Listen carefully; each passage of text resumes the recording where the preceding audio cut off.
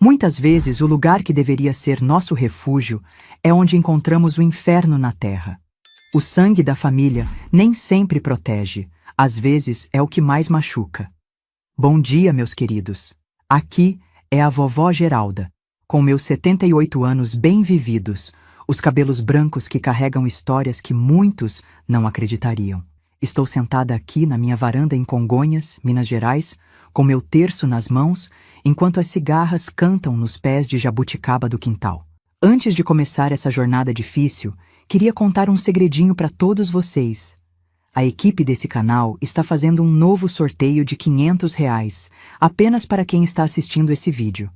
Para participar é muito fácil, só basta se inscrever nesse canal, ativar o sininho, dar seu joinha no vídeo e comentar de qual cidade você está assistindo, quantos filhos ou netos vocês têm, qualquer informação sobre você já vale para estar participando deste sorteio.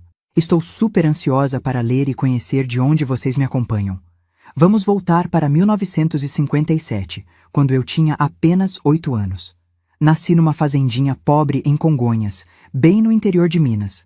Nossa casa era de pau a pique, chão batido, sem energia elétrica, sem água encanada. O banheiro era uma casinha de madeira no quintal, com um buraco no chão. A gente tomava banho de bacia com água do córrego que passava perto. Éramos muitos, meu pai, minha mãe e 11 filhos. Eu era a segunda mais nova. Meu pai trabalhava na roça, plantando milho, feijão, mandioca, tudo para subsistência mesmo. Quando sobrava, vendia na feira da cidade, que ficava a 8 quilômetros da nossa casa. A gente ia a pé, carregando as coisas em sacos nas costas. Minha mãe trabalhava como lavadeira para as famílias mais abastadas da região. Saía cedinho com um fardo de roupas na cabeça e voltava no fim da tarde. Mesmo com tanta dificuldade, tenho algumas lembranças boas desse tempo. Brincava com meus irmãos mais novos debaixo dos pés de manga. Fazia bonecas de espiga de milho, pescava lambaris no córrego. A comida era simples. Angu com couve, feijão com farinha, às vezes um pedaço de toucinho quando tinha sorte. Mas nunca faltou, graças ao trabalho duro dos meus pais. Estudei muito pouco. Ia à escola quando dava, numa sala improvisada na igreja do povoado. Aprendi a ler e escrever, fazer contas básicas, mas tive que parar aos 9 anos para ajudar em casa. Cuidava dos irmãos menores, ajudava na roça, ia com minha mãe lavar roupa no rio. Tudo mudou quando meu pai morreu. Eu tinha 10 anos. Foi picado por uma cobra jararaca enquanto trabalhava na plantação. Não deu tempo de chegar no hospital da cidade. Morreu ali mesmo, nos braços da minha mãe e do meu irmão mais velho, o Sebastião, que tinha 19 anos na época. Com a morte do meu pai, o Sebastião virou o homem da casa. Ele já trabalhava como pedreiro na cidade. Ganhava um dinheirinho, mas não era suficiente para sustentar todo mundo. Minha mãe começou a trabalhar dobrado, lavando roupa de manhã até à noite. Os outros irmãos mais velhos, o Antônio de 17, o José de 16, o Francisco de 15, também tiveram que procurar trabalho. A casa ficou mais silenciosa sem meu pai. Ele era um homem duro, como muitos daquela época, mas nunca levantou a mão pra gente. Tinha um respeito, sabe? Com ele por perto, havia ordem.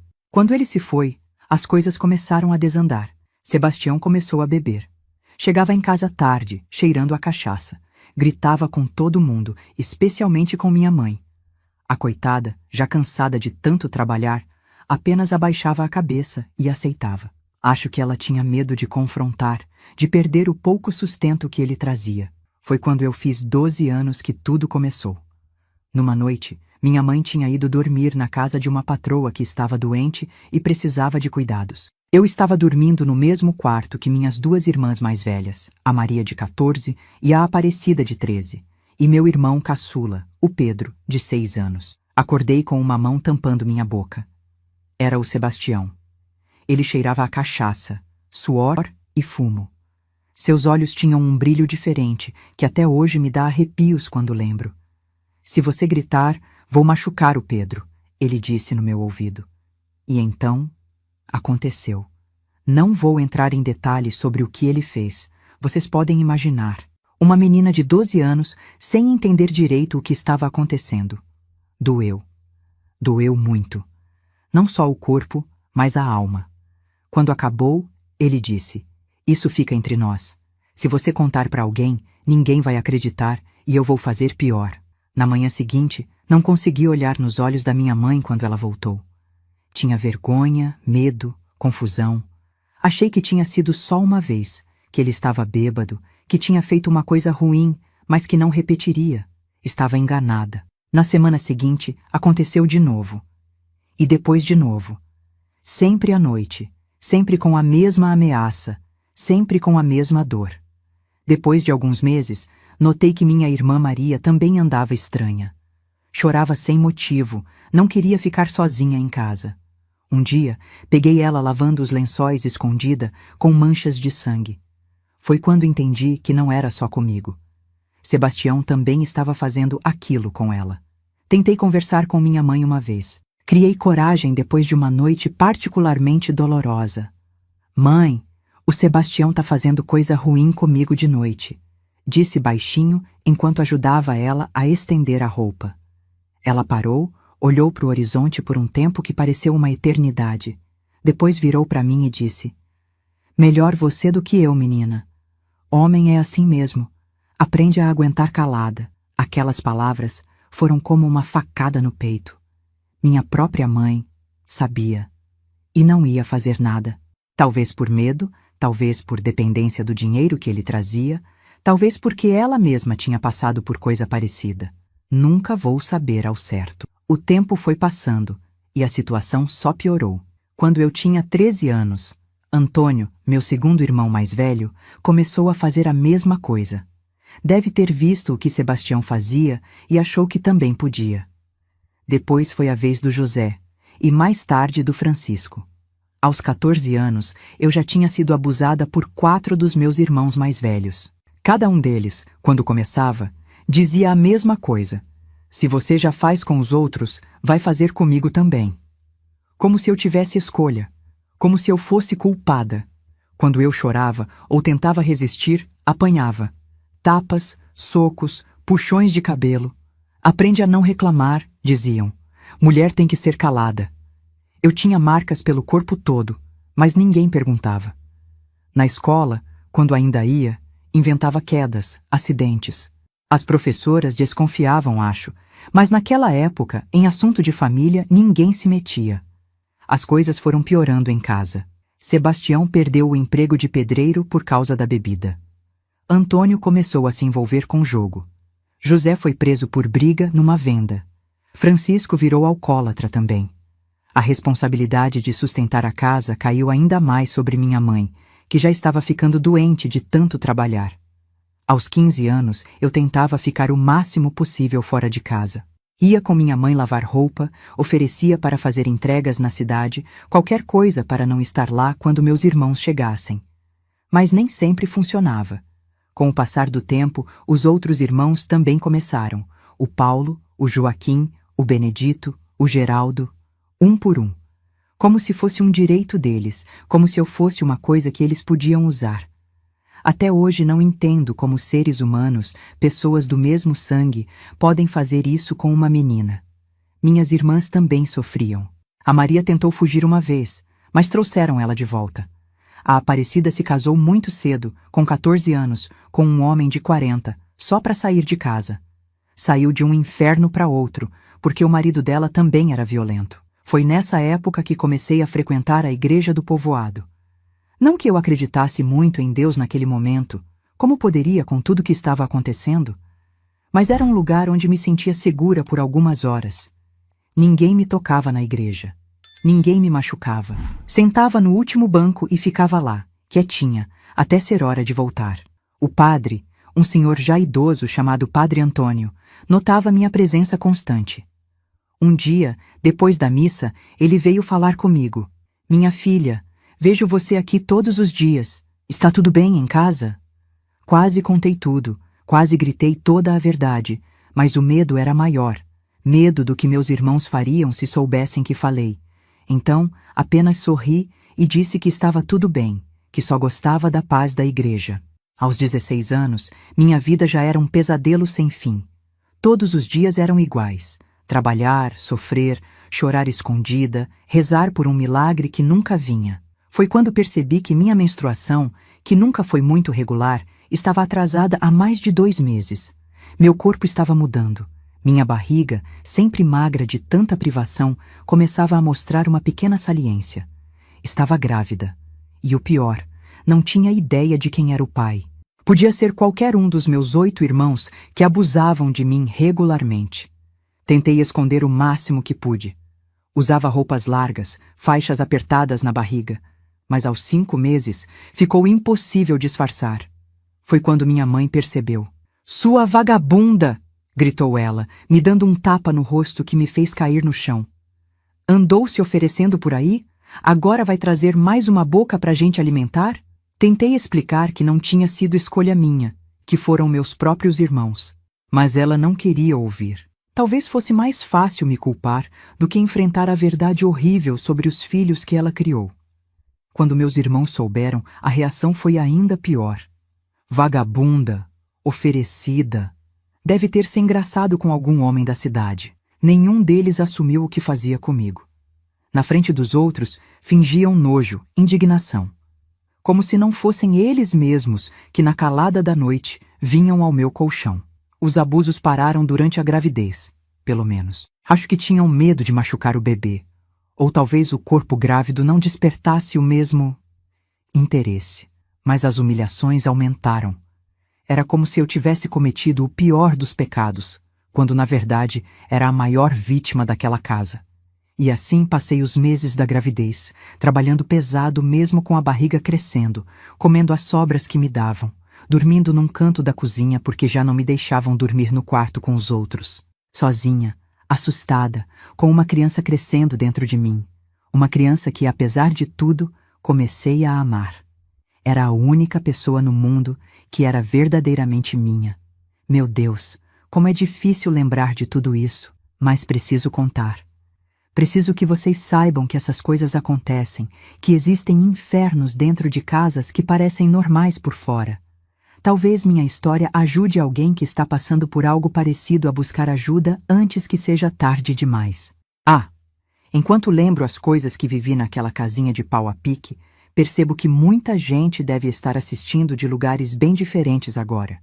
Alguns talvez de casas confortáveis nas capitais, outros do interior como eu, cada um com sua história. Me conta nos comentários de onde você está assistindo esta vovó aqui. Isso me ajuda a sentir que não estou sozinha nessa jornada de compartilhar minha vida com vocês. E não esqueça do joinha, viu? Cada curtida é como um abraço que recebo, e isso aquece meu coração de vovó. E foi assim que passei minha infância e início da adolescência.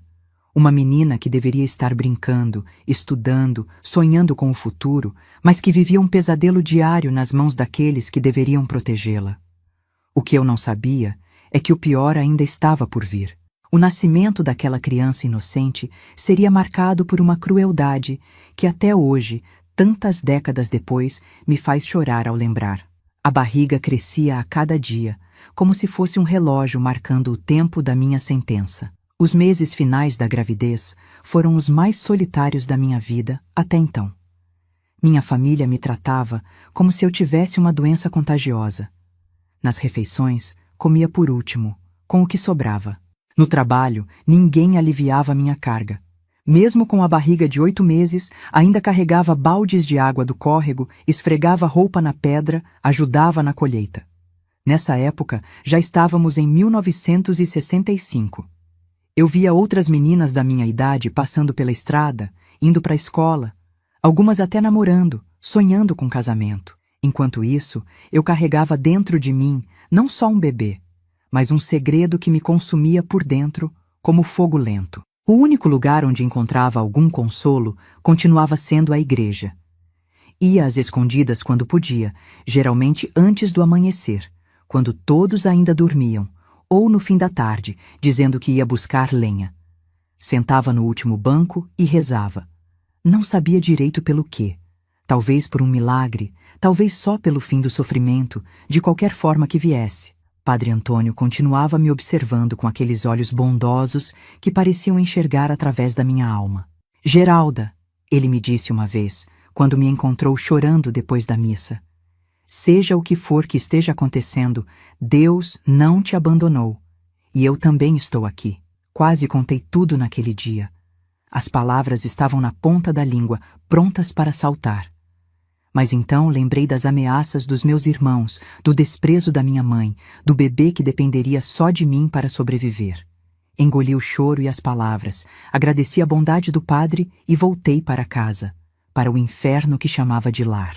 Lembro que naquele ano o inverno foi rigoroso em Minas. As noites frias eram ainda mais difíceis porque me faziam dormir no chão da cozinha, com apenas uma coberta fina.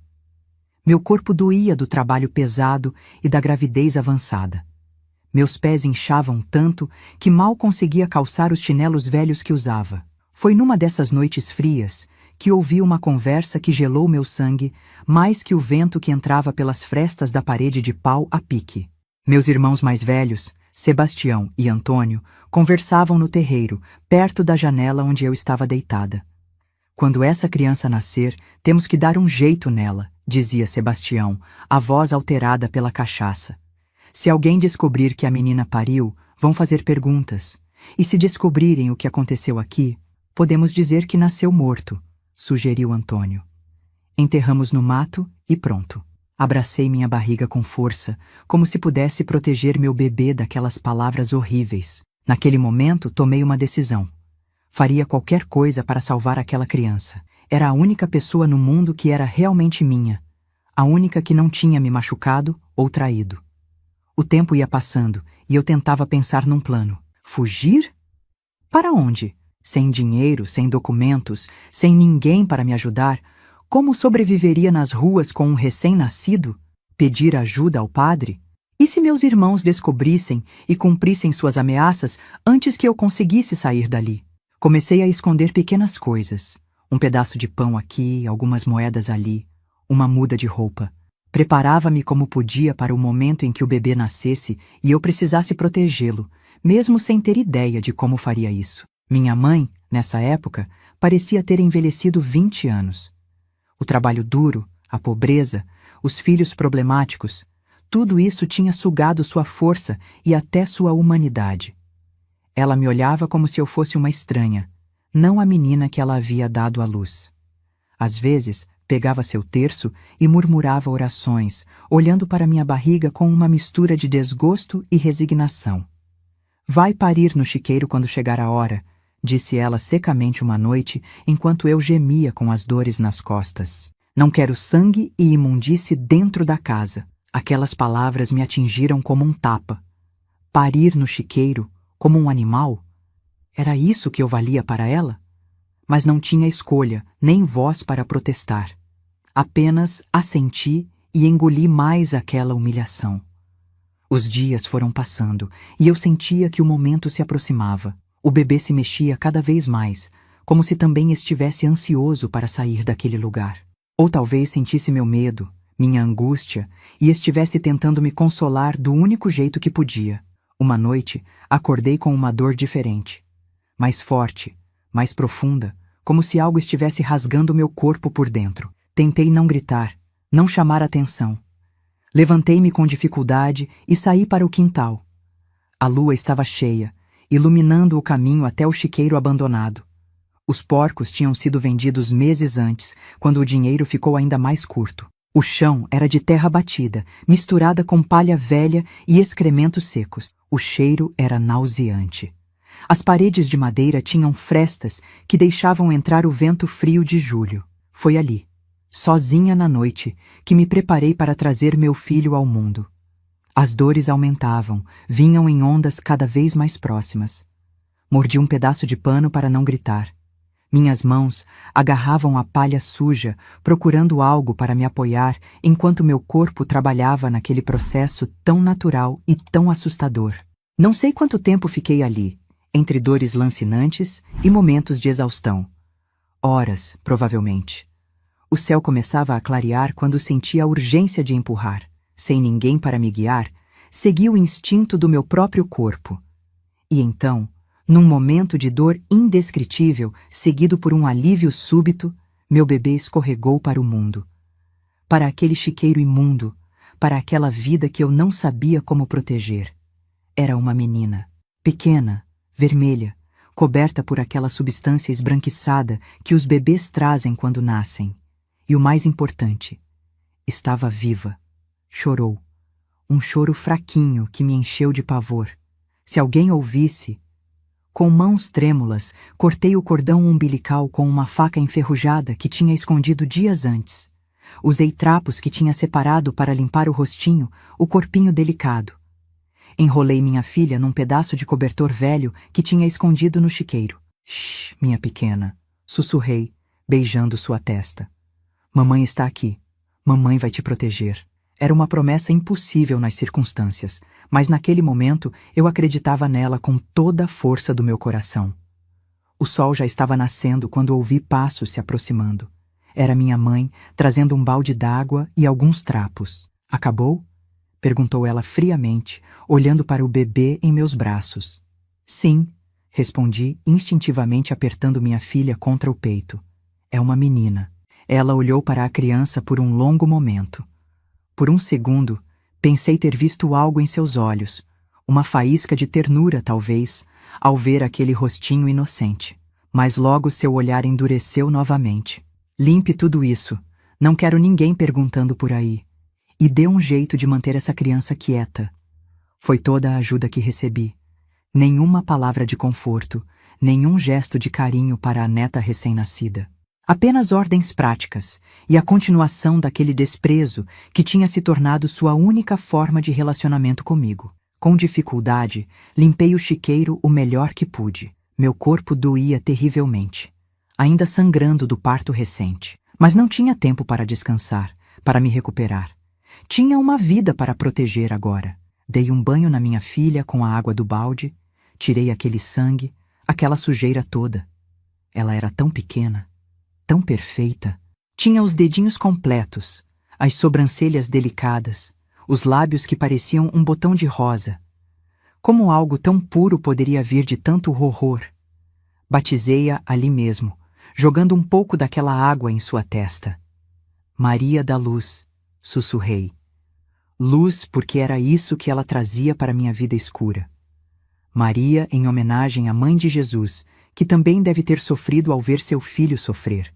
Nos dias que se seguiram, vivi em constante estado de alerta. Mantinha Maria da Luz escondida no chiqueiro durante o dia enquanto trabalhava. Corria para lá nos momentos que conseguia escapar, para amamentá-la, limpá-la, simplesmente segurá-la nos braços. À noite, quando todos dormiam, levava-a para perto de mim na cozinha, aproveitando as horas de escuridão para cuidar dela adequadamente. Foi o período mais difícil e mais bonito da minha vida até então. Difícil pela exaustão, pelo medo constante, pela recuperação dolorosa do meu próprio corpo. Bonito pelos momentos com minha filha, seu cheirinho de bebê mesmo nas condições precárias, seu olhar que parecia reconhecer o meu, seus dedinhos agarrando meu dedo com força surpreendente. Mantive esse arranjo impossível por quase 3 meses. 3 meses de mentiras, de desculpas para explicar minhas ausências, de orações desesperadas para que Maria da Luz não chorasse na hora errada. 3 meses vivendo com um medo que nunca diminuía, que me acompanhava a cada segundo, a cada respiração. Minha mãe sabia, claro. Não sei se ela contou para meus irmãos ou se simplesmente decidiu ignorar a situação, como fazia com tantas outras coisas. Às vezes, quando ninguém estava olhando, ela deixava um pedaço extra de pão perto do meu lugar, ou um pouco mais de leite. Pequenos gestos que não compensavam sua cumplicidade com o meu sofrimento, mas que, naquele momento desesperado, eu recebia com gratidão. Padre Antônio também desconfiava que algo tinha mudado. Eu não conseguia mais ir à igreja com tanta frequência. E quando ia, estava visivelmente exausta, preocupada. Geralda, ele me disse uma vez, seja o que for que esteja acontecendo, lembre-se que Deus vê tudo, e que esta igreja é um refúgio para quem precisa. Aquelas palavras ficaram comigo, como uma pequena semente plantada que ainda não estava pronta para germinar. Um refúgio. Seria possível? Haveria um lugar onde eu e minha filha poderíamos estar seguras? Enquanto esses pensamentos cresciam na minha mente, os abusos tinham recomeçado. Assim que meu corpo se recuperou o suficiente do parto, meus irmãos voltaram às visitas noturnas. Como se nada tivesse mudado, como se eu não tivesse acabado de dar à luz, como se não fosse o corpo deles que tinha gerado aquela criança que eu escondia. As mesmas mãos que podiam ter sido de um pai para Maria da Luz eram as que me machucavam noite após noite. A mesma boca que poderia ter dito palavras de amor para uma filha cuspia ofensas e ameaças no meu ouvido. Era uma monstruosidade que minha mente adolescente mal conseguia processar. E a cada novo abuso crescia em mim a certeza de que precisava sair dali. Não só por mim, já tinha quase aceitado meu destino, mas pela minha filha. O que aconteceria quando ela crescesse? Repetiria-se o ciclo de horror? Não, eu não permitiria. Preferia morrer. Comecei a planejar uma fuga mais concreta. Guardava cada moeda que conseguia pegar sem que notassem. Escondia pequenas porções de comida que pudesse carregar. Juntei algumas roupas da bebê que tinha feito com retalhos, escondidas de todos. Mas o destino, que raramente tinha sido gentil comigo, escolheu esse momento para desferir mais um golpe cruel. Um golpe que mudaria para sempre o rumo da minha história e me empurraria para o momento mais desesperador da minha jovem vida. Foi numa tarde quente de outubro. Eu tinha deixado Maria da Luz no chiqueiro, cuidadosamente escondida entre palha limpa que eu trocava diariamente, e alguns trapos que serviam de cobertor. Estava na roça, colhendo mandioca com meus irmãos mais novos, quando ouvi um grito vindo da direção da casa. Meu coração parou. Sabia, antes mesmo de largar o cesto de mandioca e correr, o que tinha acontecido. Alguém tinha encontrado minha filha, meu segredo, meu tesouro, minha razão de viver. Descobertos, quando cheguei ofegante ao terreiro, vi uma cena que ficaria gravada na minha memória para sempre. Sebastião segurando minha pequena Maria da Luz pelo braço, como se fosse um saco de batatas. Ela chorava desesperadamente, seu rostinho vermelho de tanto esforço. "Então era isso que você escondia, sua desgraçada?" gritou ele, balançando a bebê de um jeito que me fez temer por seus ossinhos frágeis. Pariu mesmo o bastardo e ainda teve a audácia de esconder. "Por favor", implorei, estendendo os braços para minha filha. "Por favor, me dê ela. Está machucando ela. Por favor." Sebastião riu.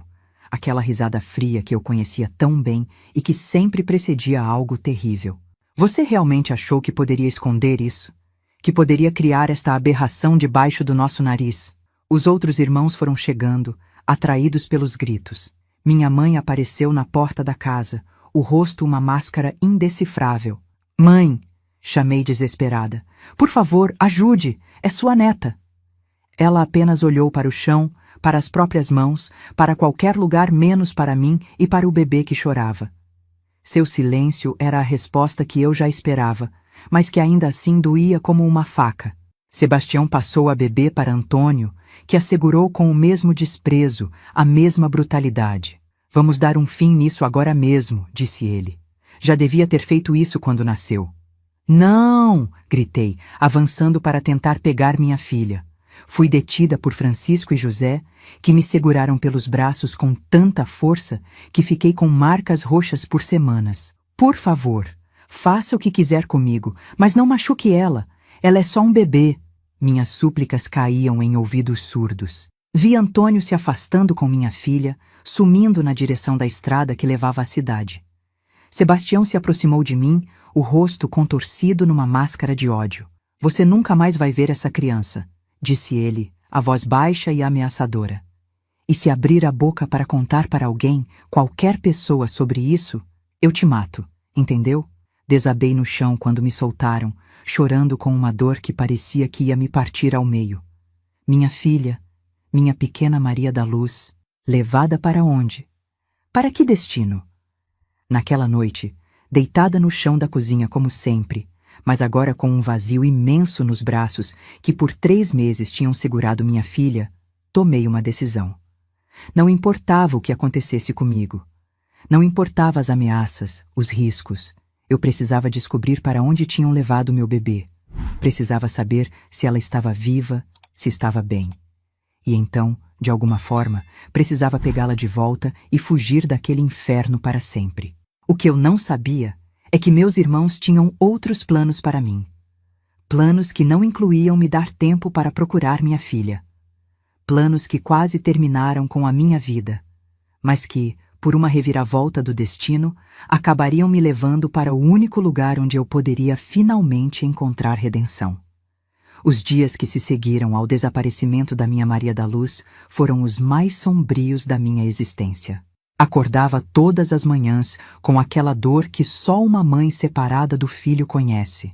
Um vazio físico, como se tivessem arrancado um pedaço do meu corpo. Meus seios ainda produziam leite, doloridos e inchados, lembrando-me constantemente da filha que não estava mais lá para alimentar. Não me permitiram nenhum luto. Na manhã seguinte, estava de volta ao trabalho na roça, carregando água, lavando roupa. Ninguém mencionava o bebê. Era como se Maria da Luz nunca tivesse existido, como se aqueles 3 meses de amor secreto tivessem sido apenas um sonho. Mas eu sabia. Meu corpo sabia. Meu coração partido sabia. Durante as semanas que se seguiram, tentei descobrir o que tinha acontecido com minha filha. Perguntava discretamente às poucas pessoas que via. Uma vizinha que vinha comprar ovos, o homem que passava vendendo panelas. Ouviu falar de algum bebê aparecendo por aí? Talvez deixado na igreja ou com alguma família? Ninguém sabia de nada, ou pelo menos ninguém queria me dizer. Sebastião, sempre atento, percebeu minhas tentativas. Uma noite, me pegou sozinha no quintal. Ainda procurando o bastardo? Desista. Está longe daqui agora. E se continuar fazendo perguntas, vai se juntar a ela. Aquela palavra, ela, me deu um fio de esperança. Ela. Então minha filha estava viva, pelo menos quando a levaram. Não tinham feito o pior. Esse pequeno consolo era tudo que eu tinha para me agarrar. Naquela época, já em 1966, eu tinha acabado de fazer 17 anos. Não era mais a menina assustada que aceitava tudo em silêncio. A maternidade, mesmo tão breve, tinha plantado em mim uma semente de coragem que crescia a cada dia. Comecei a planejar minha fuga de forma mais determinada. A vida na casa continuava seu ritmo de horror. Os abusos não pararam. Pelo contrário, pareciam mais frequentes, como se meus irmãos quisessem me punir por ter tentado esconder a criança. As agressões físicas também aumentaram.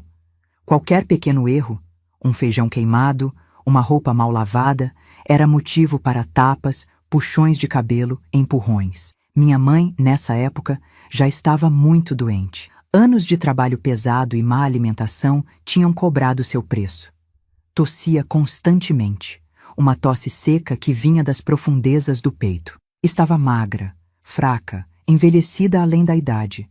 Ainda assim, não havia nela nenhum gesto de arrependimento ou tentativa de proteção para com a filha que tanto sofria sob seu teto. Uma manhã, acordei com vômitos intensos.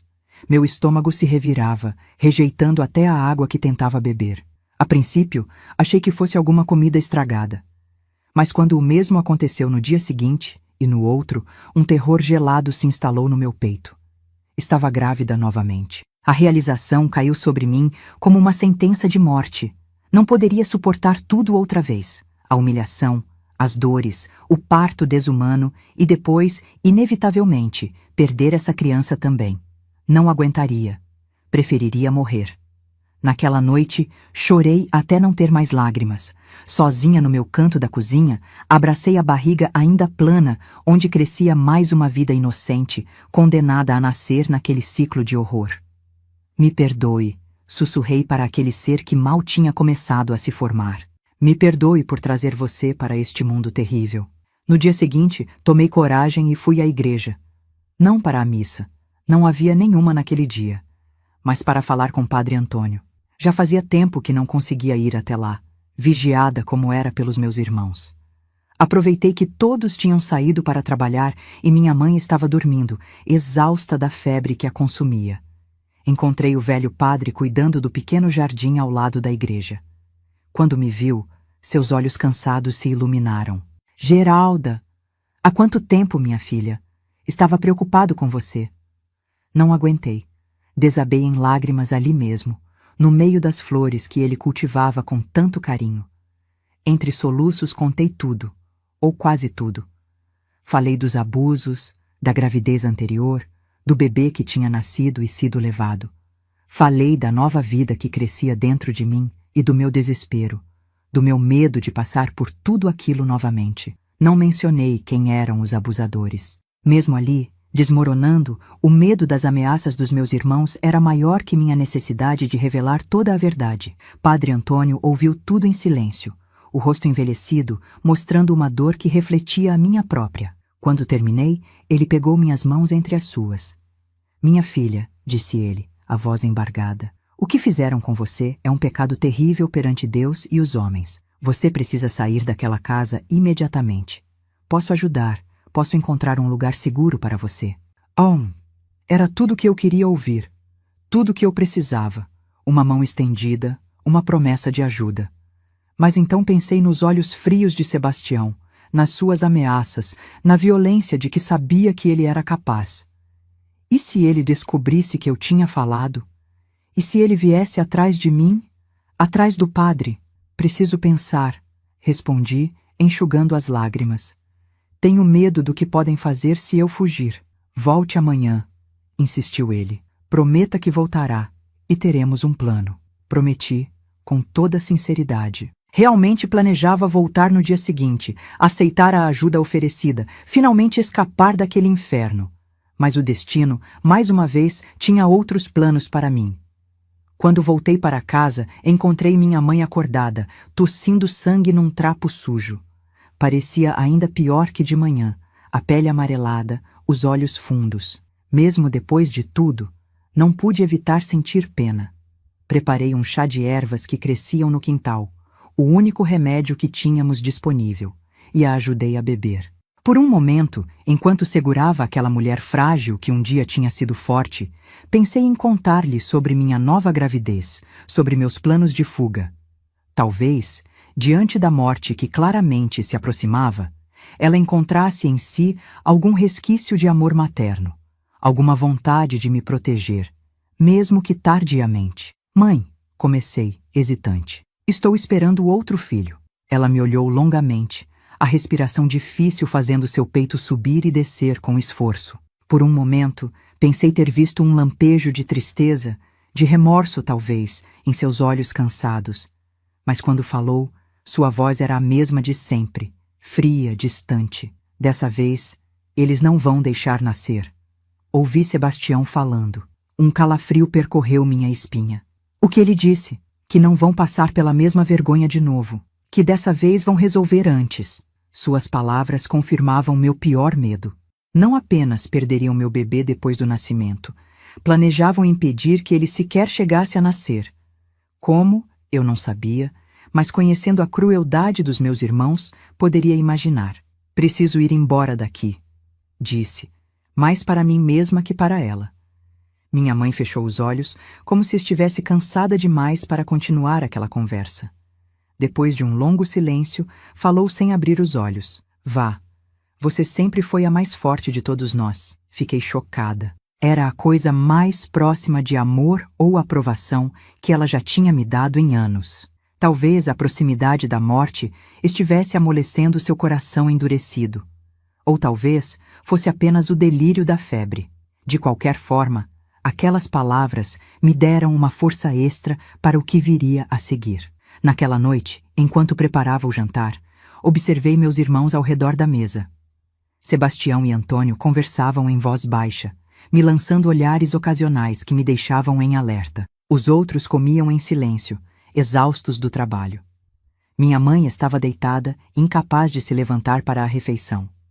Servi a todos como de costume, deixando meu próprio prato por último, com as sobras.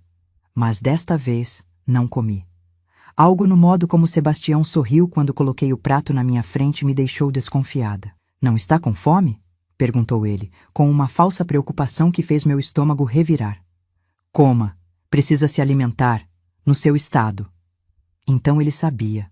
Sabia da gravidez. Como? Eu não tinha certeza. Talvez tivesse notado os vômitos matinais, ou talvez minha mãe, em seu delírio febril, tivesse deixado escapar nossa conversa. Estou sem fome, respondi, afastando o prato. Vou ver como a mãe está. Fui para o quarto onde minha mãe descansava. fechando a porta atrás de mim. Sentei na beirada da cama improvisada onde ela estava deitada. Sua respiração era superficial, difícil. Não abri os olhos quando entrei. Foi então que ouvi as risadas vindas da cozinha. Risadas de quem sabe que armou uma armadilha bem-sucedida. E entendi, com clareza cristalina, o que tinham feito. O prato. Meu prato de comida. Tinham colocado algo nele. Veneno, provavelmente, o mesmo que usávamos para matar os ratos que infestavam o paiol. Estavam tentando me matar. Matar a mim e ao bebê que carregava. Uma onda de náusea me atingiu, mas desta vez não era da gravidez. Era puro terror. Se eu tivesse comido aquela comida, se não tivesse desconfiado, não havia mais tempo a perder. Não podia esperar até o dia seguinte para encontrar o padre, para elaborar um plano cuidadoso. Tinha que sair daquela casa naquela mesma noite, ou não viveria para ver o amanhecer. Esperei até que todos estivessem dormindo. O ronco pesado de Sebastião, o ressonar mais leve dos outros. Levantei-me silenciosamente do meu canto na cozinha. Já tinha tudo planejado na minha cabeça. Pegaria as poucas moedas que tinha escondido no quintal, uma trouxa com a muda extra de roupa que possuía e sairia sem olhar para trás. Mas antes de ir, fui mais uma vez ao quarto onde minha mãe dormia. Não podia deixá-la sem me despedir, mesmo depois de tudo. Ela estava adormecida, a respiração ainda mais difícil que antes. Parecia uma vela prestes a se apagar. Adeus, mãe, sussurrei, tocando levemente sua testa quente de febre. Que Deus tenha misericórdia de sua alma. Não houve resposta, apenas um leve movimento das pálpebras. Foi o suficiente. Saí do quarto silenciosamente, peguei minhas poucas coisas escondidas e caminhei para a porta da frente. Foi quando ouvi um som atrás de mim. Um rangido de tábua, um suspiro contido. Virei-me rapidamente e vi Sebastião parado ali, os olhos brilhando na escuridão como os de um animal predador. Indo a algum lugar, irmãzinha? Perguntou ele, a voz arrastada pela cachaça que tinha bebido mais cedo. Meu coração disparou. Apertei a trouxa de roupas contra o peito, como se aquele pedaço de pano pudesse me proteger. Vou buscar água no poço, menti, a voz trêmula traindo meu medo. Com suas coisas, no meio da noite? Ele riu, um som que gelava meu sangue. Acho que não. Acho que você está tentando fugir, e isso eu não posso permitir. Avançou para mim, as mãos estendidas como garras. Não pensei, apenas reagi. Virei e corri para a porta, empurrando-a com toda a força que tinha. O ar frio da noite atingiu meu rosto quando saí para o terreiro, correndo em direção à estrada. Ouvi Sebastião atrás de mim, xingando, ameaçando. Corri como nunca tinha corrido na vida, impulsionada pelo puro terror e pela certeza de que, se ele me alcançasse, seria meu fim. Meus pés descalços batiam na terra dura da estrada, machucando-se nas pedras, nos galhos caídos. A escuridão era quase completa. Apenas a lua minguante fornecendo um pouco de luz para guiar meus passos desesperados. Atrás de mim, os passos e os gritos de Sebastião pareciam cada vez mais distantes. Corri até meus pulmões queimarem, até minhas pernas tremerem de exaustão. Quando finalmente parei, apoiando-me numa árvore à beira da estrada, percebi que não ouvia mais nada atrás de mim. Tinha conseguido. Tinha escapado. Mas para onde ir agora? A cidade mais próxima ficava a quilômetros de distância. A igreja do Padre Antônio estava na direção oposta, e eu não ousava voltar. Sebastião certamente estaria procurando por mim.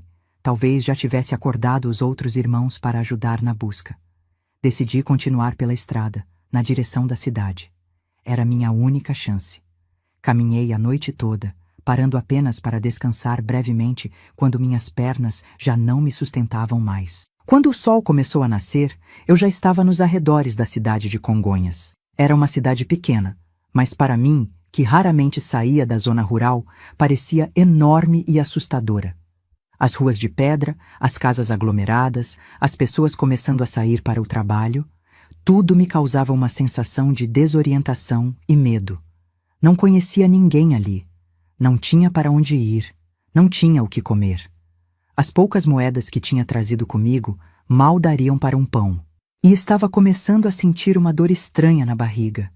Não como as náuseas da gravidez, mas algo mais profundo, mais preocupante. Quando olhei para baixo, vi manchas de sangue na minha saia. Um sangue escuro, diferente do da menstruação. Com horror, entendi o que estava acontecendo. Estava perdendo o bebê. Talvez pelo esforço da fuga, talvez por algum resquício de veneno que pudesse ter ingerido sem perceber, ou talvez simplesmente porque aquela pequena vida, como a anterior, não estava destinada a viver neste mundo cruel. Sentei-me na calçada de uma rua lateral, menos movimentada, e chorei silenciosamente. Pelas dores físicas, sim, mas principalmente pela perda de mais um filho que nem chegaria a conhecer. Pela vida que tinha deixado para trás, por mais terrível que fosse. Pelo medo do futuro desconhecido que me aguardava. Foi ali, encolhida de dor numa calçada de Congonhas, sangrando a vida que se esvaía de dentro de mim, que vi uma igreja do outro lado da rua. Não a pequena capela do povoado que eu conhecia, mas uma igreja maior, mais imponente. Um lugar que, instintivamente, me pareceu seguro. Com esforço, levantei-me e atravessei a rua, cambaleando. Subi os poucos degraus que levavam à entrada e empurrei a pesada porta de madeira. O interior estava fresco e silencioso, iluminado apenas por algumas velas e pela luz que entrava através dos vitrais coloridos. Avancei pelo corredor central, entre os bancos vazios. O altar parecia distante, quase inalcançável no meu estado de fraqueza.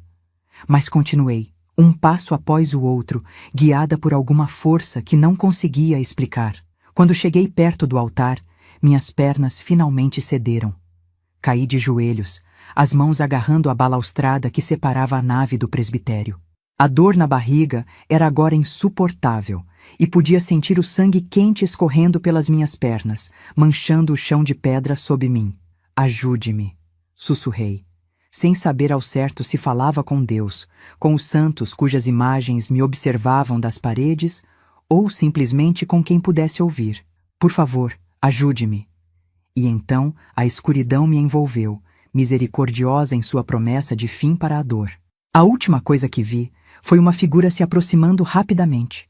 Uma mulher de hábito preto e branco, seu rosto expressando alarme e compaixão. Uma freira. Um anjo, pensei enquanto minha consciência se apagava. Um anjo enviado para me levar ao céu. Ou talvez, apenas talvez, para me salvar. Quando abri os olhos novamente, não reconheci onde estava. Um teto branco, paredes claras, lençóis limpos sob meu corpo dolorido. Por um momento, pensei que tinha morrido e chegado ao céu. Tão diferente era daquele inferno que eu chamava de lar. Mas a dor que sentia era real demais para o paraíso. Tentei me sentar, mas uma mão gentil tocou meu ombro, impedindo-me. Era a mesma freira que tinha visto antes de desmaiar. Uma senhora de meia idade, rosto sereno emoldurado pelo hábito preto e branco. Fique deitada, minha filha, disse ela com voz calma. Você perdeu muito sangue. Aos poucos, as memórias foram voltando. A fuga desesperada na noite, o sangramento, a igreja. E com as memórias veio a realização, o bebê. Instintivamente levei as mãos à barriga, agora vazia e dolorida. O bebê? Perguntei, embora já soubesse a resposta. A freira fez o sinal da cruz e balançou a cabeça. Sinto muito. Não pudemos salvar. Fechei os olhos, deixando as lágrimas escorrerem silenciosamente. Mais uma criança perdida. Mais uma vida inocente que não resistiu ao horror da minha existência. Uma parte de mim sentia alívio. Aquela criança não sofreria o que eu sofri, não nasceria naquele ambiente de violência e perversão. Mas outra parte chorava pela perda, pelo que poderia ter sido em outras circunstâncias. Fiquei naquela enfermaria improvisada dentro do convento por 2 semanas. Soube depois que tinha sido encontrada por irmã Conceição, que chamou o médico da cidade imediatamente. Ele diagnosticou um aborto espontâneo, provavelmente causado pelo estresse extremo e esforço físico da fuga. Meu corpo estava fraco, desnutrido, coberto de hematomas antigos e recentes, evidências silenciosas da vida que eu havia deixado para trás. As freiras cuidaram de mim com uma gentileza que eu nunca tinha conhecido antes.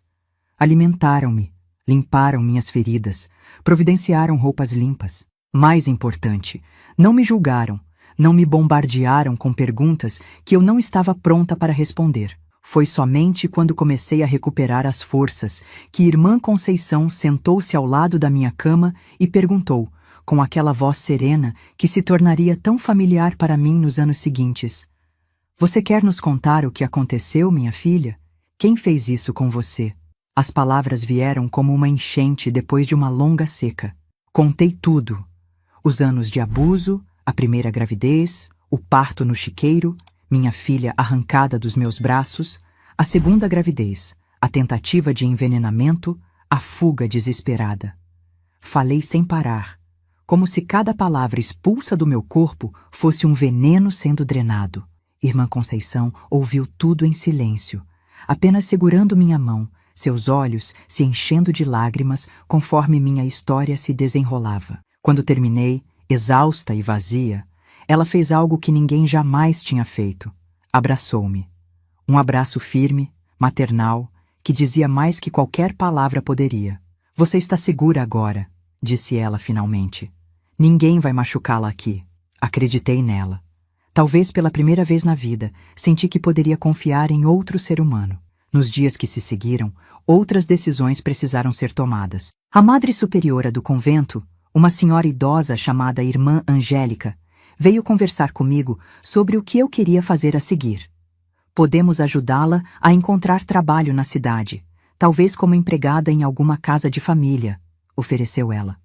"Ou, se preferir, pode ficar conosco por mais tempo, ajudando nas tarefas do convento enquanto se recupera completamente." A ideia de sair daquele refúgio, de enfrentar o mundo lá fora onde meus irmãos poderiam me encontrar, causava-me pânico.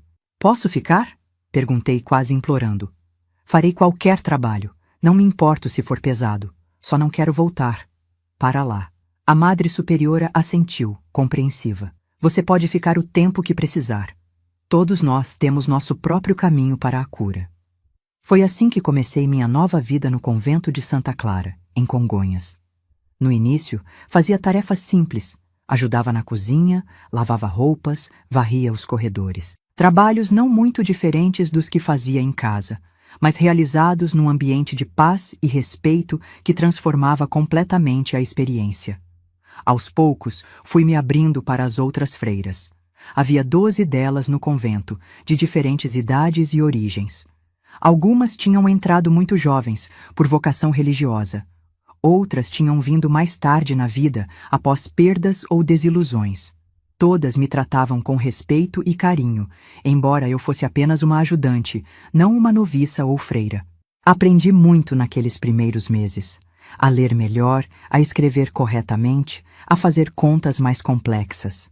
Irmã Conceição, que tinha sido professora antes de entrar para o convento, dedicava 1 hora todas as tardes para me ensinar. Outras freiras compartilhavam seus conhecimentos específicos. Irmã Teresa me ensinou sobre plantas medicinais no jardim do convento, Irmã Luísa sobre culinária, Irmã Mariana sobre costura. Mas a aprendizagem mais importante não estava nos livros ou nas habilidades práticas. Estava no exemplo diário daquelas mulheres que tinham dedicado suas vidas a servir aos outros, que encontravam alegria nas coisas simples, que viviam com propósito e paz interior. Cerca de 6 meses após minha chegada, recebi uma notícia que não sabia bem como processar. Irmã Conceição me chamou para a pequena sala onde a Madre Superiora recebia visitantes. Lá estava um homem que reconheci vagamente, o vendedor de leite que às vezes passava pela fazenda dos meus pais. "Sua mãe faleceu, menina", disse ele, tirando o chapéu em sinal de respeito. "Faz 2 semanas já. Pneumonia", disseram. Fiquei ali, parada, sem saber o que sentir. Minha mãe, que tinha permitido meu sofrimento por tantos anos, que tinha escolhido olhar para o lado enquanto seus filhos destruíam a filha mais nova, estava morta. Deveria chorar? Sentir alívio? Raiva? Perdão? "Seus irmãos estão procurando por você", continuou o homem, alheio à minha confusão interna. "Dizem que você fugiu com o dinheiro deles, que querem que volte para casa." Um arrepio de terror percorreu minha espinha. Então eles não tinham desistido. Estavam me procurando, provavelmente para terminar o que tinham começado. Ela não vai voltar, disse Irmã Conceição com firmeza, colocando um braço protetor ao redor dos meus ombros. Agradecemos a informação, mas Geralda está segura aqui conosco. O homem deu de ombros, como se não fosse problema dele. Após sua partida, desabei em lágrimas nos braços de Irmã Conceição. Não pela morte da minha mãe, percebi, mas pelo medo que ainda me dominava, pelo fantasma dos meus irmãos que parecia me perseguir mesmo naquele santuário. Eles não podem entrar aqui, assegurou-me ela. Não vamos permitir que a levem de volta. Naquela noite, deitada na pequena cela que agora chamava de minha, pensei muito sobre minha mãe. Sobre como ela tinha falhado em me proteger, sobre como tinha permitido que aquele horror acontecesse sob seu teto. Mas também pensei nela como vítima, de uma vida de pobreza, de um sistema que não valorizava mulheres, de filhos que tinha criado sozinha após ficar viúva. Rezei por sua alma, pelas primeiras vezes na vida, sentindo que minhas orações realmente chegavam a algum lugar. E de alguma forma, naquele processo, encontrei em mim um perdão que não sabia que era capaz de sentir. Não um perdão que apagasse o que tinha acontecido, mas que me permitisse seguir em frente sem carregar o peso do ódio. Nos meses que se seguiram, continuei minha vida no convento, cada vez mais integrada àquela comunidade de mulheres. O medo dos meus irmãos nunca desapareceu completamente, mas diminuiu com o tempo. Aprendia algo novo todos os dias, não apenas sobre trabalhos práticos, mas sobre mim mesma, sobre minha força interior que tinha sobrevivido a tudo aquilo. No final daquele ano, 1967, aconteceu algo que mudaria novamente o rumo da minha vida. Um dia, enquanto ajudava na organização da pequena biblioteca do convento, encontrei um livro com fotografias de bebês abandonados que tinham sido adotados por famílias através da mediação da igreja. Fiquei olhando aquelas imagens por horas, imaginando se minha Maria da Luz estaria ali, se ela tinha encontrado uma família amorosa, se estava bem. Irmã Conceição me encontrou assim, absorta naquelas páginas, lágrimas silenciosas escorrendo pelo meu rosto. Sentou-se ao meu lado e esperou que eu falasse. Minha filha, comecei, a voz trêmula. Nunca vou saber o que aconteceu com ela, não é? Nunca vou encontrá-la. A freira pegou minhas mãos entre as suas. O futuro a Deus pertence, Geralda. Não sabemos o que ele reserva para nós. Mas posso dizer que muitas crianças como sua filha são levadas para orfanatos ou para famílias que não podem ter filhos. A esperança de que ela esteja bem. Aquela conversa plantou uma semente em mim. Nos dias seguintes, não conseguia parar de pensar na minha filha perdida, em outras crianças como ela, separadas de suas mães por circunstâncias trágicas. E também em crianças como eu tinha sido, abusadas, negligenciadas, presas em situações das quais não podiam escapar. Uma tarde, criei coragem e fui falar com a Madre Superiora. Contei-lhe sobre meus pensamentos, sobre o desejo crescente de fazer algo por essas crianças, de transformar minha dor em algo positivo. Quero ajudar crianças que sofreram como eu, disse, surpreendendo-me com minha própria determinação. Quero que elas saibam que não estão sozinhas, que há esperança, que podem sobreviver e encontrar paz, como eu encontrei aqui. A Madre Superiora me olhou por um longo momento, como se estivesse vendo além da jovem machucada que tinha chegado ao convento quase morrendo. Finalmente, sorriu. Um sorriso raro que iluminou seu rosto austero. Talvez seja essa a razão pela qual Deus a trouxe até nós, Geralda. Para curar-se e então ajudar a curar outros. Nos meses seguintes, com a bênção da Madre Superiora, comecei a trabalhar algumas horas por semana no orfanato administrado pelas freiras em Congonhas. Era um trabalho que partia meu coração e o curava ao mesmo tempo. Cada criança abandonada me lembrava da minha própria filha perdida. Cada marca de abuso que eu via em seus pequenos corpos me transportava de volta para meu próprio sofrimento. Mas cada sorriso que conseguia arrancar, cada pequena melhora que testemunhava, era como um bálsamo para minhas feridas. Eu tinha acabado de completar 18 anos quando Irmã Conceição me fez uma pergunta que mudaria tudo. Estávamos sentadas no jardim do convento, após um longo dia no orfanato, observando o pôr do sol colorir o céu de Minas Gerais. Já pensou em se tornar uma de nós, Geralda? Perguntou ela, a voz suave como sempre. Em fazer os votos, dedicar sua vida a Deus e ao serviço dos outros? A pergunta me pegou de surpresa, embora, pensando bem, talvez já estivesse esperando por ela há algum tempo. Eu vivia no convento há quase 1 ano, participava de todas as orações e rituais, seguia a mesma rotina das freiras, mas tornar-me oficialmente uma delas? Fazer votos perpétuos de pobreza, castidade e obediência? Não sei se sou digna, respondi honestamente. Depois de tudo o que aconteceu comigo, de tudo o que fizeram com meu corpo...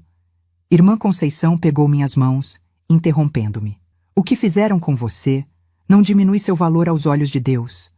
Você não tem culpa pelos pecados cometidos contra você. E talvez seja justamente por causa do seu sofrimento que tem tanto a oferecer aos outros. Pedi tempo para pensar, para rezar sobre essa decisão tão importante. Durante semanas, refleti profundamente sobre o que queria para minha vida.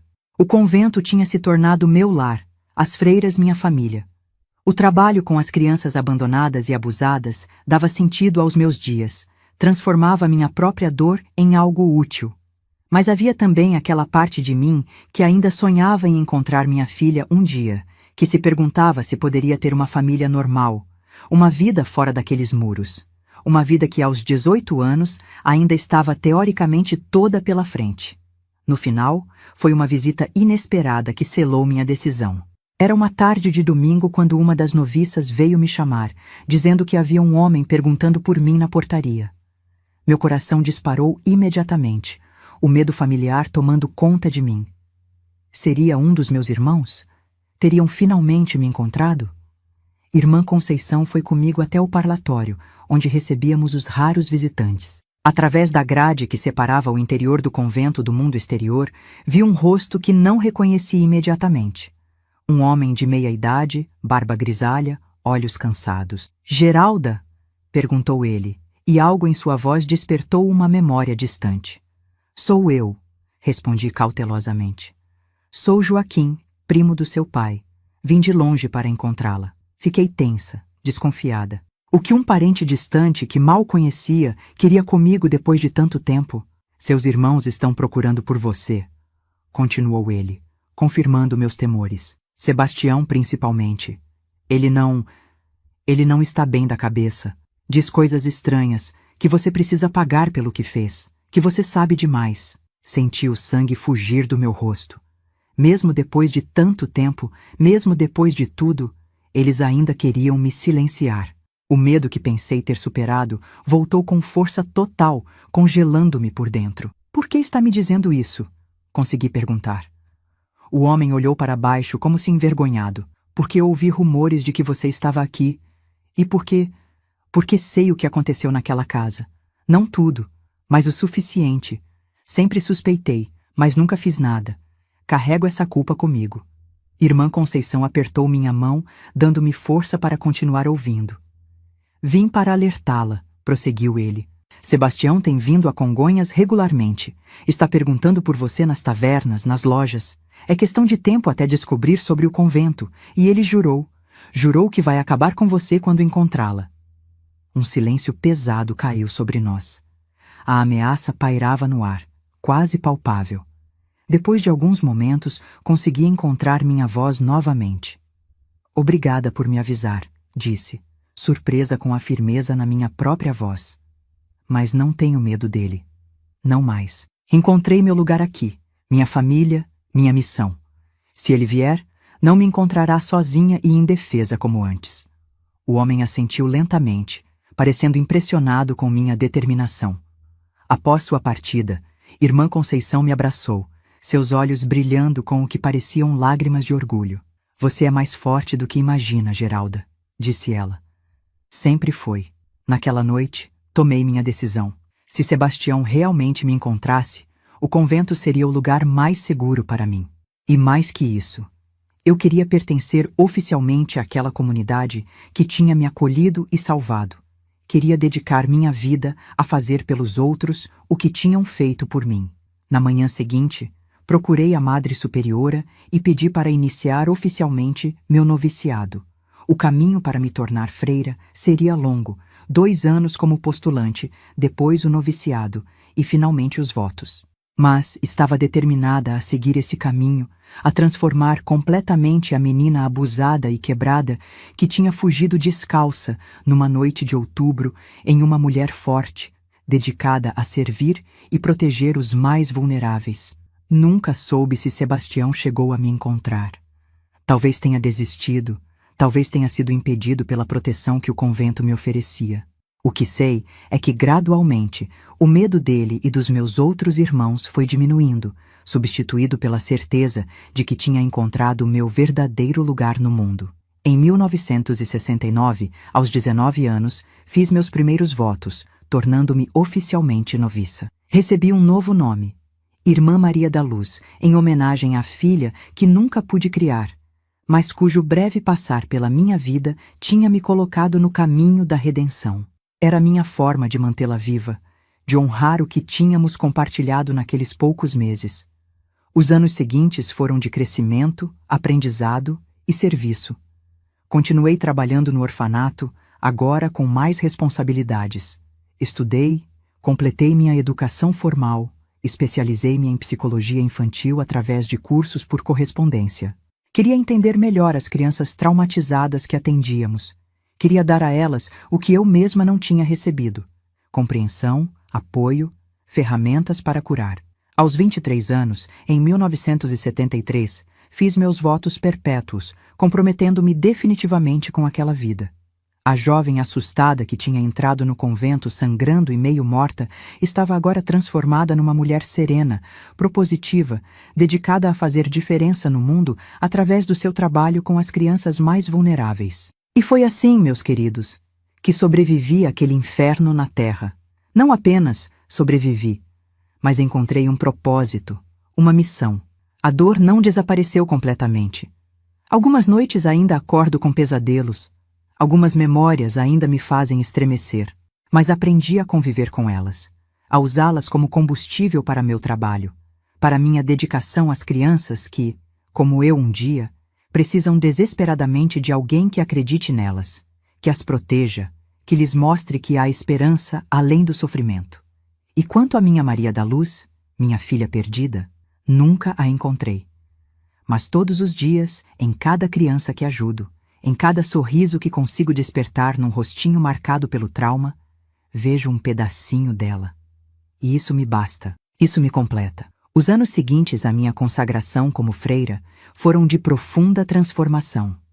A década de 1970 trazia mudanças para o Brasil e para o mundo. E eu, dentro dos muros do convento de Santa Clara, também me transformava. Não era mais aquela menina aterrorizada que fugiu descalça numa noite escura. Era a Irmã Maria da Luz, uma mulher com propósito, com missão. O trabalho no orfanato se tornou minha vida. Cada criança que chegava até nós carregava sua própria história de dor. Algumas abandonadas, outras vítimas de violência, outras órfãs por tragédias diversas. Via em cada uma delas um pedaço de mim mesma, da minha própria história. Mas também via possibilidades, futuros que poderiam ser diferentes do meu. Em 1975, aos 25 anos, assumi a coordenação do orfanato. A Madre Superiora reconheceu em mim não apenas dedicação, mas um dom especial para conectar-me com aquelas crianças que outros consideravam difíceis ou problemáticas. Eu as entendia como ninguém. Conhecia a linguagem silenciosa do trauma, os comportamentos que eram na verdade gritos de socorro, a desconfiança que servia como escudo contra mais dor. As crianças sentem que você já esteve onde elas estão, disse-me Irmã Conceição, agora minha conselheira e amiga mais próxima. Elas reconhecem em você alguém que realmente entende. Sob minha coordenação, implementamos mudanças significativas no orfanato. Abandonamos práticas disciplinares rígidas que, embora bem intencionadas, muitas vezes retraumatizavam crianças já tão machucadas. Introduzimos mais momentos de brincadeira, de expressão artística, de escolha e autonomia. Trouxemos profissionais de saúde mental para trabalhar conosco. Uma novidade na época, quando pouco se falava sobre os efeitos psicológicos do trauma infantil. O resultado foi visível. Crianças que chegavam retraídas, agressivas ou completamente mudas começavam a florescer. Não imediatamente, não sem recaídas. A cura nunca é linear, como bem aprendi em minha própria jornada. Mas havia progresso. Havia esperança. Por volta de 1977, nosso trabalho começou a ser reconhecido além dos limites de Congonhas. Recebemos visitas de educadores, de representantes de outros orfanatos, até mesmo de autoridades governamentais interessadas em nossa abordagem. Foi um período de expansão, mais crianças, mais funcionários, mais recursos. Com o crescimento vieram novos desafios. A burocracia, a política, as exigências dos financiadores nem sempre se alinhavam com o que acreditávamos ser o melhor para nossas crianças. Havia momentos em que me sentia frustrada, em que a simplicidade da minha vocação parecia se perder entre relatórios e reuniões. Nesses momentos, eu me refugiava na capela do convento. Ali, no silêncio, reconectava-me com o propósito que tinha me trazido àquela vida. Rezava não apenas pelas crianças sob meus cuidados, mas também pela menina que eu fui, pela jovem mãe que perdeu 2 filhos, pelos irmãos que me machucaram tão profundamente. Sim, até por eles eu rezava, não por um sentimento de superioridade moral, mas porque aprendi que carregar ódio era como beber veneno esperando que o outro morresse. Foi numa dessas tardes de oração, em 1979, que recebi uma visita inesperada. Uma das noviças mais jovens veio me buscar, dizendo que havia alguém me procurando no parlatório. O coração ainda acelerava nesses momentos. Mesmo depois de tanto tempo, o medo de que meus irmãos tivessem me encontrado nunca desapareceu completamente. Quem me esperava, porém, era uma mulher de aproximadamente minha idade, bem vestida, com uma expressão ansiosa no rosto bonito. Apresentou-se como Teresa, assistente social de um orfanato em Belo Horizonte. Viemos de longe para conhecer seu trabalho, Irmã Maria da Luz, disse ela, acompanhada de 2 colegas. O que vocês estão fazendo aqui é revolucionário. Fiquei surpresa. Nosso trabalho era importante, sim, mas revolucionário? Estávamos apenas fazendo o que considerávamos certo, tratando as crianças com a dignidade e o respeito que mereciam. A conversa que se seguiu foi longa e produtiva. Teresa explicou que havia muitos orfanatos pelo Brasil tentando melhorar suas práticas, abandonando métodos antigos e punitivos. Queriam aprender conosco, queriam que eu compartilhasse nossa abordagem. A senhora tem um dom especial, disse ela ao final da conversa. Consegue ver além dos comportamentos problemáticos, enxergar a criança ferida por trás deles. Não é um dom, respondi, sentindo as lágrimas se formarem. É experiência. Algo em minha voz deve ter revelado mais do que pretendia, pois Teresa me olhou longamente, com uma compreensão que ia além das palavras ditas. Às vezes, falou suavemente, as maiores curas vêm das feridas mais profundas. Aquele encontro foi o primeiro de muitos. Nos anos que se seguiram, comecei a viajar para outros orfanatos, para conferências sobre educação e proteção infantil, para formações de equipes que trabalhavam com crianças vulneráveis, sempre com a permissão da Madre Superiora, sempre mantendo meus votos e compromissos, mas expandindo minha atuação para além dos muros do nosso orfanato. O Brasil dos anos 1980 estava em transformação. A ditadura chegava ao fim. Novas leis de proteção à infância começavam a ser discutidas. E eu, surpreendentemente, me vi na posição de influenciar algumas dessas mudanças, compartilhando o conhecimento nascido da minha própria dor e da minha experiência diária com crianças traumatizadas. Foi uma década de expansão, de crescimento. Nosso orfanato se tornou referência nacional. Eu, que mal tinha estudado na infância, agora escrevia artigos para publicações especializadas, dava palestras, treinava equipes, tudo isso sem jamais perder de vista minha missão principal, as crianças. Cada criança individual, com sua história única, com suas necessidades específicas, com seu potencial inexplorado.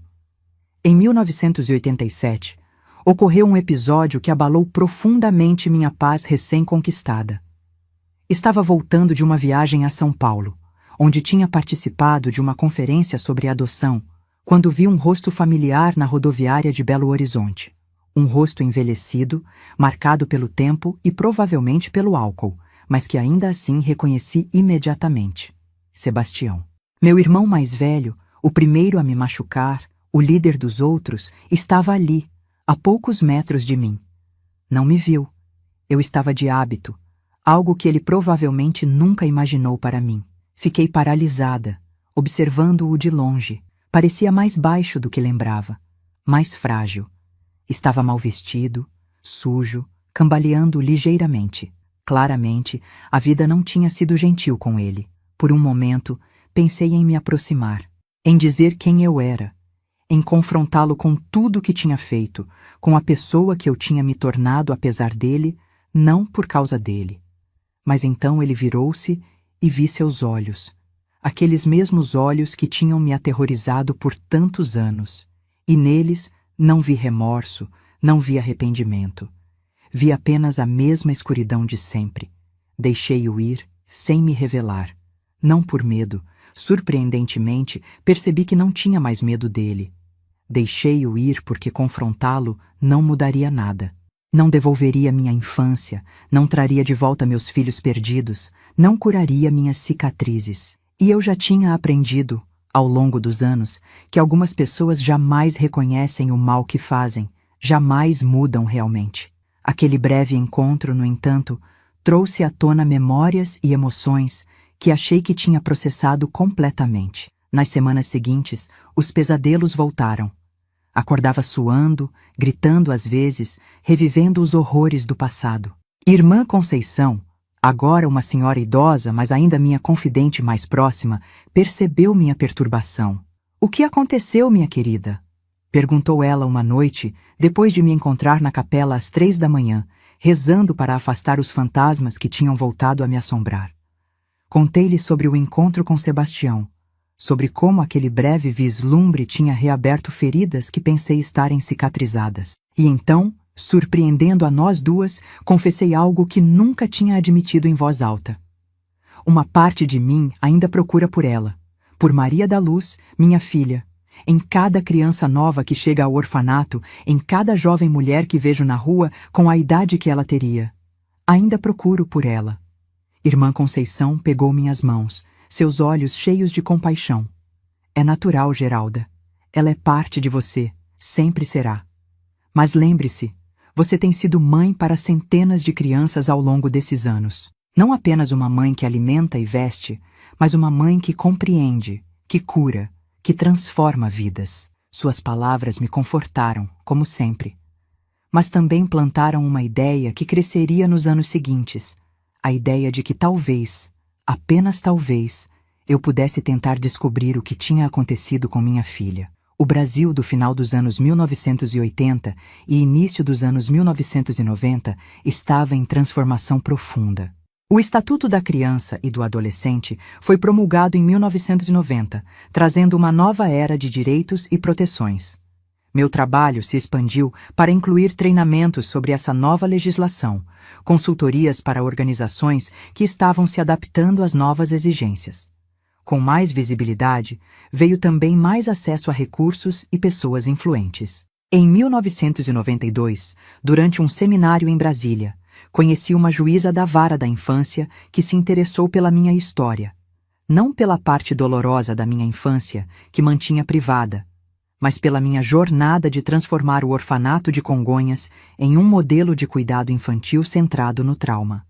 Depois de várias conversas, criei coragem e contei-lhe sobre Maria da Luz, sobre como ela tinha sido levada pelos meus irmãos quando tinha apenas 3 meses. Perguntei se haveria alguma forma, depois de tanto tempo, de descobrir o que tinha acontecido com ela. A juíza foi gentil, mas realista. "Há quase 30 anos, irmã. Sem documentos, sem registros oficiais? Seria praticamente impossível. Especialmente considerando que, naquela época, adoções informais eram comuns, crianças eram entregues sem qualquer documentação." Assenti, já esperando essa resposta. Mas ela continuou. No entanto, podemos tentar. Se você tiver qualquer informação, data aproximada, local, nomes, posso pedir que façam uma busca nos registros antigos. Foi assim que, aos 42 anos, iniciei uma busca que parecia impossível. Forneci o que sabia: a data aproximada do nascimento de Maria da Luz, o fato de que meus irmãos provavelmente a levaram para Congonhas ou alguma cidade próxima, seus nomes completos. Era muito pouco, sabia disso. E as chances de encontrar qualquer informação após tanto tempo eram mínimas. Meses se passaram sem notícias. A vida continuou. O trabalho no orfanato, as viagens para compartilhar nossa metodologia, as orações diárias que mantinham meu equilíbrio interior. Tinha quase esquecido da busca quando recebi uma carta da juíza. Abria com mãos trêmulas, o coração acelerado. Mas o conteúdo, embora gentil, confirmava o que já sabia em meu coração. Não havia registros. Nenhuma criança com aquela data aproximada de nascimento havia sido formalmente adotada ou institucionalizada na região. Se Maria da Luz tinha sobrevivido, e eu rezava todas as noites para que sim, seu paradeiro era um mistério que provavelmente nunca seria resolvido. A carta terminava com palavras de consolo. O trabalho que a senhora realiza tem transformado a vida de tantas crianças. Talvez seja esse o propósito maior que surgiu de sua dor. Não encontrar uma criança, mas salvar centenas. Chorei ao ler aquelas palavras, mas não foram lágrimas apenas de tristeza. Havia também gratidão. Por ter sobrevivido, por ter encontrado um propósito, por todas as crianças que tinha ajudado ao longo dos anos. E havia aceitação de que algumas perguntas não teriam respostas nesta vida, de que alguns ciclos não se fechariam da forma que eu desejava. Os anos 1990 continuaram a trazer mudanças para mim e para o Brasil. Nosso orfanato se transformou em um centro de acolhimento mais amplo, oferecendo não apenas moradia para crianças abandonadas, mas também apoio para famílias em crise, programas de prevenção ao abandono, preparação para a adoção. Em 1997, aos 47 anos, recebi um convite que jamais teria imaginado: participar de uma Comissão Nacional sobre Direitos da Criança e do Adolescente. Eu, que tinha começado minha vida como uma menina abusada numa fazenda pobre do interior de Minas, estava agora ajudando a moldar políticas que protegeriam outras crianças de sofrerem o mesmo destino. Foi também nessa época que comecei a sentir a necessidade de compartilhar minha história mais amplamente. Não a história completa. Algumas partes eram dolorosas demais, privadas demais. Mas a jornada de superação, de transformação, de encontrar propósito através da dor. Comecei a dar palestras não apenas sobre técnicas de cuidado infantil, mas sobre resiliência, sobre cura, sobre como construir algo significativo a partir das experiências mais difíceis. A senhora deveria escrever um livro, sugeriu uma jovem freira após uma dessas palestras. Sua história poderia ajudar tantas pessoas. A ideia me assustou inicialmente. Colocar no papel aquelas memórias, expor-me daquela forma. Mas quanto mais pensava nisso, mais via o potencial de alcançar pessoas que nunca assistiriam às minhas palestras, que nunca viriam ao nosso centro. Comecei a escrever em 1999, aos 49 anos. Não foi fácil. Muitas noites precisava parar, sobrecarregada pelas memórias que ressurgiam. Outras vezes, as palavras fluíam como um rio represado finalmente liberado. Irmã Conceição, agora bastante idosa, mas ainda lúcida, foi minha primeira leitora, minha maior incentivadora. O livro, intitulado Das Trevas à Luz, uma jornada de cura e redenção, foi publicado em 2001. Não era um best-seller nacional, mas encontrou seu público. Profissionais que trabalhavam com crianças traumatizadas, sobreviventes de abuso buscando esperança, pessoas de fé interessadas numa história de transformação espiritual. As décadas seguintes trouxeram tanto alegrias quanto desafios. O centro continuou a crescer, a evoluir. Eu envelheci naturalmente, mas mantive a energia e o compromisso com nossa missão. Irmã Conceição nos deixou em 2005, aos 92 anos. Uma perda que senti profundamente, pois ela tinha sido verdadeiramente minha mãe espiritual, a pessoa que me guiou do desespero à cura. Em 2010, aos 60 anos, enfrentei meu próprio desafio de saúde. Um câncer de mama que exigiu cirurgia e tratamentos desgastantes. Foi um período difícil, que me forçou a desacelerar, a aceitar ajuda, a me permitir ser cuidada em vez de sempre cuidar dos outros. Mas também foi um período de reflexão profunda, de gratidão pela vida que tinha vivido, pelos milhares de crianças que tinha ajudado. Superei o câncer e voltei ao trabalho, embora em ritmo menos intenso. Assumi um papel mais consultivo, orientando a nova geração de profissionais que agora lideravam o centro. Continuei dando palestras ocasionais, escrevendo artigos, compartilhando o conhecimento acumulado em décadas de trabalho. Em 2015, recebi uma honraria que jamais teria imaginado, a Ordem do Mérito Social, concedida pelo governo brasileiro por minha contribuição à proteção da infância. A cerimônia em Brasília foi emocionante, cercada por colegas de trabalho e ex-crianças do orfanato, agora adultos bem-sucedidos, alguns com seus próprios filhos. Ao receber a medalha, pensei na longa jornada que tinha me trazido até ali, na menina abusada que fugiu descalça numa noite escura, na jovem mãe que deu à luz no chiqueiro e teve sua filha arrancada dos braços, na freira que encontrou seu propósito no cuidado com outras crianças feridas. Tantas versões de mim mesma, tantas transformações. Hoje, aos 78 anos, olho para trás com uma mistura de tristeza e gratidão. Tristeza pelas dores que não podem ser desfeitas, pelas perguntas que nunca terão resposta. Gratidão pela vida que pude construir apesar de tudo, pelo bem que pude fazer, pelas crianças que pude ajudar. Ainda penso em Maria da Luz todos os dias. Ela teria 58 anos agora. Será que está viva? Será que teve uma boa vida? Será que tem seus próprios filhos, netos talvez? Nunca saberei. Mas aprendi a conviver com essa incerteza, a transformá-la em força para continuar meu trabalho até onde minhas forças permitirem. E é por isso, meus queridos, que estou aqui hoje compartilhando minha história com vocês. Para que saibam que não importa quão escura seja a noite, o amanhecer sempre chega. Que não importa quão profundas sejam as feridas, a cura é possível. Que não importa quantas perdas soframos, ainda podemos encontrar propósito, ainda podemos fazer diferença na vida de outros. Se minha história tocou seu coração, peço que deixe seu like e se inscreva neste canal.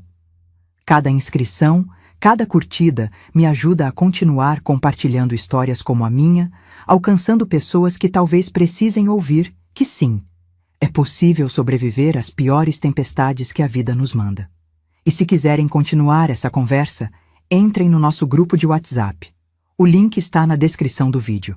Lá compartilhamos diariamente histórias reais de outras vovós que, como eu, transformaram suas dores em força e sabedoria. É um espaço de acolhimento, sem julgamentos, onde podemos nos fortalecer mutuamente. A vida é uma jornada com muitos caminhos, meus queridos. Nem sempre podemos escolher o que nos acontece, mas sempre podemos escolher como respondemos, como transformamos nossas experiências, como usamos nossa dor para crescer e para ajudar outros.